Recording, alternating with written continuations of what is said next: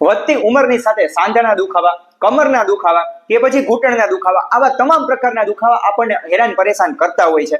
પરંતુ આ સમયે નાની ઉંમરના લોકોને પણ આ જે તકલીફ છે એટલે કે સાંધાના દુખાવાની તકલીફ અવારનવાર હેરાન કરતી હોય છે. પરંતુ તમે ચિંતા ના કરો, તમે એકલા નથી. આ સમયમાં લાખો લોકો એવા છે કે જેને આજે શરીરમાં દુખાવા, અલગ અલગ દુખાવા હેરાન કરતા હોય છે. અને આ સમયે ઘણા લોકો દુખાવાની દવા લેતા હોય છે અને આજે દુખાવાથી મુક્તિ મેળવતા હોય છે. પરંતુ આજે દુખાવાની દવા તમે કેટલો ટાઈમ લેશો?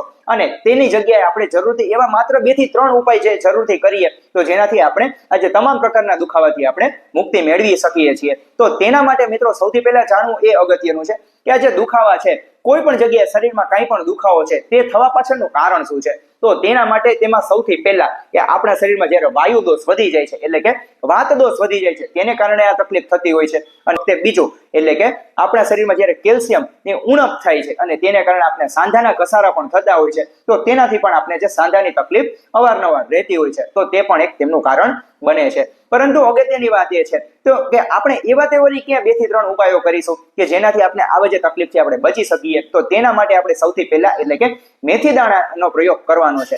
જાણીને સૌ કોઈને નવાઈ લાગે કે મેથી દાણા આપણે તો ઘણી વખતે લઈએ છીએ પરંતુ અમને કાંઈ ફરક નથી પડતો. પરંતુ તેની જગ્યાએ માત્ર તેની 2 થી 3 રીત લેવાની અલગ અલગ છે. તો તે પ્રમાણે આપણે જે સૂચનોનું પાલન કરીશું તો જરૂરથી આપણે આવા જે દુખાવાથી આપણે છુટકારો મળે છે. તો તેમાં સૌથી પહેલા તો અગત્યની વાત છે કે મેથી દાણા કે જેમાં તે વાયુ નાશક ગુણધર્મ છે એટલે કે આપણા શરીરમાં જે વધેલો વાયુ છે તેને તે શાંત કરે છે કે જેથી કરીને આપણે જે આવા તમામ પ્રકારના દુખાવાથી આપણે મુક્તિ મેળવી શકીએ છીએ. સાથે તેમાં કુદરતે પ્રચુર માત્રામાં કેલ્શિયમ મૂકેલું છે કે જેનાથી આપણે જે શરીરમાં જે કેલ્શિયમની ઉણપ થતી હોય તેનાથી આપણે બચાવે છે.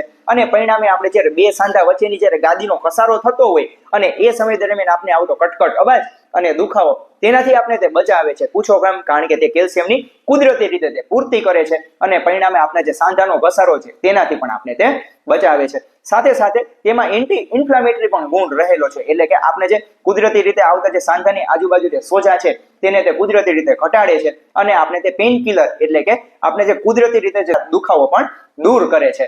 અને મિત્રો કહેવાય છે ને મિત્રો કે જ્યારે આપણા શરીરમાં કાચો આમ વધે છે તેના કારણે આપણે આમ વાત વધી જાય છે એટલે કે આવા ઘણા બધા સાંધાના દુખાવા વધી જાય છે. અને જ્યારે મિત્રો આપણે જે લીધેલા ખોરાકનું જ્યારે પાચન ન થાય અને તેને કારણે આપણા શરીરમાં કાચો આમ વધી જતો હોય છે અને આ જ કાચા આમને જો આપણે જો તેમનું પાચન બરાબર થઈ જાય તો જરૂરથી આપણે આવા આમ વાતથી આપણે બચી શકીએ. તો તેના માટે આપણે જરૂરથી મેથી દાણાનું આપણે સેવન કરીશું તો જરૂરથી ત્યાં આપણા જે કાચો જે બની ગયેલો જે કાચો આમ છે તેનું તે પાચન કરી દે છે અને પરિણામે આપણે આવા જે આમ વાત જેવા રોગ છે એટલે કે આવા ઘણા બધા પ્રકારના જે સાંધાના લગતા રોગ છે તેનાથી આપણે તે બચાવે છે. તો તેમાં સૌથી પહેલો પ્રયોગ એટલે કે મેથી મસાલો.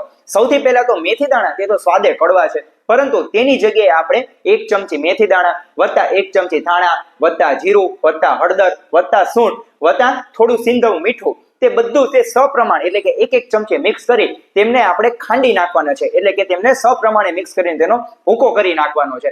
અને તે આપણે રોજ સવારે અથવા તો રોજ સાંજે નરણા પેટે જો તેનું સેવન કરવામાં આવે તો જરૂરથી આપણા શરીરમાં જે બની ગયેલો છે બિનજરૂરી આમ વાત છે તેને તે દૂર કરે છે અને તેનાથી આપણા શરીરમાં જે સાંધાના દુખાવા, કમરના દુખાવા, આવા જે તમામ પ્રકારના દુખાવાથી આપણે તે બચાવે છે. સાથે તેમાં રહેલી હળદર, સૂંઠ અને મેથી દાણા આજે 3 વસ્તુઓ છે કે જેનાથી આપણા શરીરમાં જે વધેલો વાયુ દોષ છે તે શાંત થઈ જતો હોય છે અને જેને કારણે આવા જે તમામ પ્રકારના દુખાવા છે તેનાથી આપણે બચી શકીએ છીએ. બીજો અને સૌથી અગત્યનો એટલે કે 1 ચમચી મેથી દાણા લો અને સાથે નવશેકું હુંફાળું 1 ગ્લાસ ગરમ પાણી લો. તે બંને મિક્સ કરી રોજ રાત્રે તે પલાળી દો અને સવારે ઉઠીને નરણા પેઠે તેમનું તે સેવન કરવાનું છે કે જેથી કરીને આપણા શરીરમાં જે વધી ગયેલો વાયુ છે તેને તે શાંત પાડી દે છે. અને ત્રીજો અને સૌથી મહત્વનો પ્રયોગ એ પણ છે મિત્રો કે આપણે 1 ચમચી તલનું તેલ સાથે 1 ચમચી મેથી દાણાનો પાવડર અને સાથે 1 ચમચી હળદર લેવાની છે. તે બધું તે સપ્રમાણ મિક્સ કરી અને તે આપણે જે જગ્યાએ આપણે જે દુખાવો થતો હોય એટલે કે જ્યારે આપણે ઘૂંટણનો દુખાવો કે પછી કમરનો દુખાવો થતો હોય એ જગ્યાએ આપણે જો તેમનું દિવસમાં 2 ટાઈમ જો તેમનું આપણે એપ્લાય કરીશું તો જરૂરથી આપણે જે જગ્યાએ શરીરમાં જે વાયુ દોષ છે ભરાઈ ગયું હોય તેને તે શાંત પાડી દે છે એટલે કે તે ઓછો કરી દે છે. એટલે તો મિત્રો જ્યારે તલનું તેલ મિક્સ થાય છે અને જ્યારે મેથી દાણાનો પાવડર મિક્સ થાય છે કે જેનાથી જે વધી ગયેલો આમવાત પણ દૂર થતો હોય છે અને સાથે જે જગ્યાએ વાયુ ભરાઈ ગઈ હોય તે ફટાફટ શાંત થઈ જાય છે અને તેને કારણે આપણે જે આવા તમામ પ્રકારના દુખાવાથી આપણે તે મુક્તિ મળે છે. સાથે સૌથી અગત્યનો એ પણ પ્રયોગ છે મિત્રો કે નગોળના પાનનું તેલ. હા મિત્રો, જાણીને સૌ કોઈને નવાઈ લાગે કે નગોળના પાનનું તેલ અને સાથે મેથી દાણાનો પાવડર બંને મિક્સ કરી તેને હળવું ગરમ કરવાનું છે. અને સાથે સાથે જે લોકોને ઘણી વખતે માત્ર દુખાવા તો ઠીક છે, ઘણા લોકોને માત્ર સાંધામાં સોજા આવતા હોય અને ઘણી વખતે થોડો કટકટ અવાજ આવતો હોય, તો તેવા લોકો જરૂરથી આજે મિક્સ કરીને આજે નિયમનું જે આપણે જરૂરથી દિવસમાં 2 ટાઈમ પાલન કરશે તો જરૂરથી તેમના જે સાંધામાં જે વધી ગયેલો જે બિનજરૂરી સોજો છે તે જરૂરથી તે સોજો ફટાફટ ઉતરી જતો હોય છે. અને પરિણામે આજે જે નેચરલી રીતે જે સાંધામાં ઓઇલિંગ પણ તે પૂરું પાડે છે કે જેથી જે કટકટ અવાજ આવે છે તેનાથી પણ આપણે બચી શકીએ છીએ. અને જે લોકોને આ સમયમાં ડાયાબિટીસની તકલીફ રહેતી હોય એટલે કે સુગર વધારે રહેતું હોય તો તેવા લોકો માટે તો ખાસ મેથી દાણા છે તે અમૃત તુલ્ય છે. શું કામ? કારણ કે જે મેથી દાણા છે તે સ્વભાવે કડવા છે અને જ્યારે કડવો રસ વધે છે ત્યારે તે સુગર કંટ્રોલમાં ખૂબ જ સારી રીતે તે મદદરૂપ થાય છે. અને અગત્યની વાત એ પણ છે મિત્રો કે મેથી દાણા છે તે આપણે લીધેલા ખોરાકનું ફટાફટ પાચન કરે છે કે જેથી કરીને કબજિયાત જેવી સમસ્યાથી પણ આપણે તે છુટકારો આપે છે. અને પરિણામે આપણા શરીરમાં આમ વાત તે પણ વધતો નથી, એટલે કે આપણા શરીરમાં કાચો આમ છે તે વધતો નથી અને પરિણામે આપણું જે વાયુ દોષ છે તે પણ વધતો નથી કે જેથી કરીને આપણે આવે છે સાંધાના દુખાવા, કમરના દુખાવા કે પછી શરીરના તમામ પ્રકારના દુખાવાથી આપણે તે મુક્તિ મળે છે. હા મિત્રો, તો જરૂરથી આજે મેથી દાણાનો જે પ્રયોગ છે તે જરૂરથી માત્ર 2-5 દિવસ પ્રયોગ પાલન ન કરતા જરૂરથી આપણે રોજના જીવનમાં તેમનું પાલન કરવાનું છે કે જેથી કરીને આપણે જે વધેલો વાયુ દોષ પણ શાંત થાય છે. સાથે જે આપણા શરીરમાં જે બની ગયેલો બિનજરૂરી કાચો આમ છે તેનું પણ તે પાચિત બનાવી દે છે. પરિણામે આપણે આવી ઘણી બધી સમસ્યાથી આપણે તે બચાવે છે.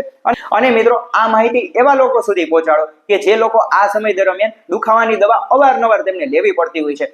તો તે લોકો આ જે નિયમોનું પાલન કરશે તો જરૂરથી તે લોકો કુદરતી રીતે આજે દુખાવામાંથી તે લોકો મુક્તિ મેળવી શકે છે. અને મિત્રો, આવી વધુ ને વધુ ઉપયોગી હેલ્થ સંબંધિત માહિતી મેળવવા માટે આ ચેનલને સબસ્ક્રાઇબ કરવાનું ના ભૂલશો. ત્યાં સુધી મસ્ત રહો, સ્વસ્થ રહો. સૌનો આભાર. જય ધન્વંતરી.